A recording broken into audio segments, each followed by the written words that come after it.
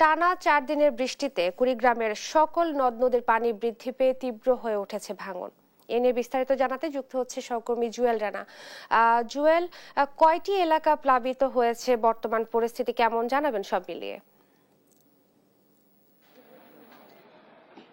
এই দেশের অভ্যন্তরে ভারী বৃষ্টিপাত এবং উজান থেকে যে নেমে আসার ঢলে কুড়িগ্রামের যে সবগুলো নদ নদীর পানি সেগুলো কিন্তু আসলে বৃদ্ধি পাচ্ছে। পানি বৃদ্ধি পেলেও কিন্তু নদ নদী তীব্র হয়ে উঠেছে আসলে নদী ভাঙন। আমি যে এলাকাটিতে রয়েছি এটি কুড়িগ্রাম সদর উপজেলার যাত্রাপুর ইউনিয়নের বানিয়াপাড়া এলাকা। এটি কিন্তু দুধকুমার নদের আসলে ডান তীর। হ্যাঁ, আপনাকে যদি একটু দেখাই যে দেখছেন যে অসংখ্য বাড়িঘর কিন্তু ইতিমধ্যে আসলে আজ সকালে, আমি স্থানীয়দের সাথে আসলে কথা বলেছি, তারা বলছেন যে আজ সকাল থেকেই কিন্তু প্রায় 50টির মতো আসলে পরিবার আসলে ভিটেমাটি হারিয়েছে এবং যারা আসলে ঝুঁকিতে রয়েছে তারা কিন্তু তাদের যে বাড়িঘর সেটি কিন্তু আসলে নিরাপদ স্থানে সরিয়ে নিচ্ছে। আপনাকে যদি দেখাই যে দেখতে পাচ্ছেন যে এখানকার যে গ্রামটি, এটি কিন্তু একটি পুরাতন গ্রাম, যে গ্রামটি কিন্তু আজ দীর্ঘদিন পর এই দুধকুমার নদরের কবলে পড়ে আসলে এই গ্রামটি আসলে বিলীনের পথে। এবং আপনারা দেখছেন যে হু হু করে কিন্তু বাড়ছে এই যে দুধকুমার নদের পানি, যার ফলে কিন্তু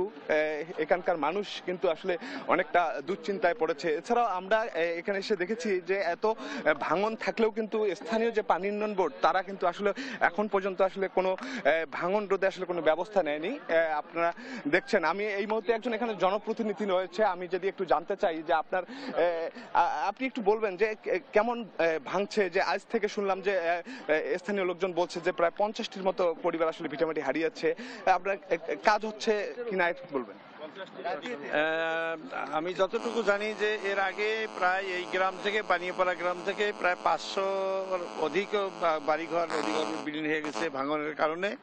আর হঠাৎ করে কাল রাত্রের থেকে যে ভাঙনটা সৃষ্টি হয়েছে, ইতিমধ্যেই 50টার বেশি বাড়িঘর এখান থেকে লোকজন খুব সরায় নিচ্ছে খুব দ্রুত গতিতে। অনেক লোকজন এখানে জমায়েত হয়েছে, একে অপরকে সহযোগিতা করতেছে। এই পর্যায়ে আমরাও এখানে এসেছি, আজ সকাল থেকে লোকজন এখানে আছে, আমাদের মিডিয়া এখানে চলে আসছে। আমরা মানে এতে চাচ্ছি যে এই ভাঙনটা রোধের জন্য ইতিমধ্যেই কিছু বরাদ্দ দেওয়া হয়েছে, সে বরাদ্দটা অত্যন্ত অপ্রতুল। এখানে মানে সরেজমিনে দেখে এটা যে পানি উন্নয়ন বোর্ড বা স্থানীয় প্রশাসনিক জেলা এবং উপজেলা পর্যায়ের নেতৃবৃন্দ যদি এখানে দেখে এই গ্রামটাকে শেষ সম্বলটুকু, শেষ জায়গাটুকু রক্ষার জন্য যদি একটু ব্যবস্থা করেন, তাহলে আমার মনে হয় যে এই মানুষগুলা রেহাই পাবে। এখানে প্রায় একটা বিশাল হাট আছে, এখানে মসজিদ, মাদ্রাসা, প্রাইমারি স্কুল সহ বিভিন্ন সরকারি স্থাপনা, বেসরকারি স্থাপনা এবং ঘর বাড়ি আছে, ফসলি জমি আছে। এটা রক্ষার জন্য বিনীত অনুরোধ জানাবো। মনি, আপনাকে আরেকটি তথ্য জানিয়ে রাখি, আমি এখানকার সকাল থেকে ঘুরে দেখেছি এখানকার মানুষ কিন্তু একেবারেই আসলে অসহায়ত্ব তাদের মাঝে আসলে বিরাজ করছে। তারা আসলে কোনো উপায়ন্ত পাচ্ছে না। তারা কিন্তু তাদের যে বাড়িঘর, আসবাবপত্র এগুলো কিন্তু নিরাপদ স্থানে সরিয়ে নিচ্ছেন এবং তারা আসলে যদি দ্রুত এখানে স্থানীয়ভাবে পানি উন্নয়ন বোর্ড আসলে ব্যবস্থা না নেয়, সেক্ষেত্রে কিন্তু পাশেই একটি ঐতিহ্যবাহী হাট রয়েছে, যাত্রাপুর হাট, সেটি কিন্তু অনেকটা ঝুঁকিতে রয়েছে। পাশাপাশি বিজিবি ক্যাম্প রয়েছে।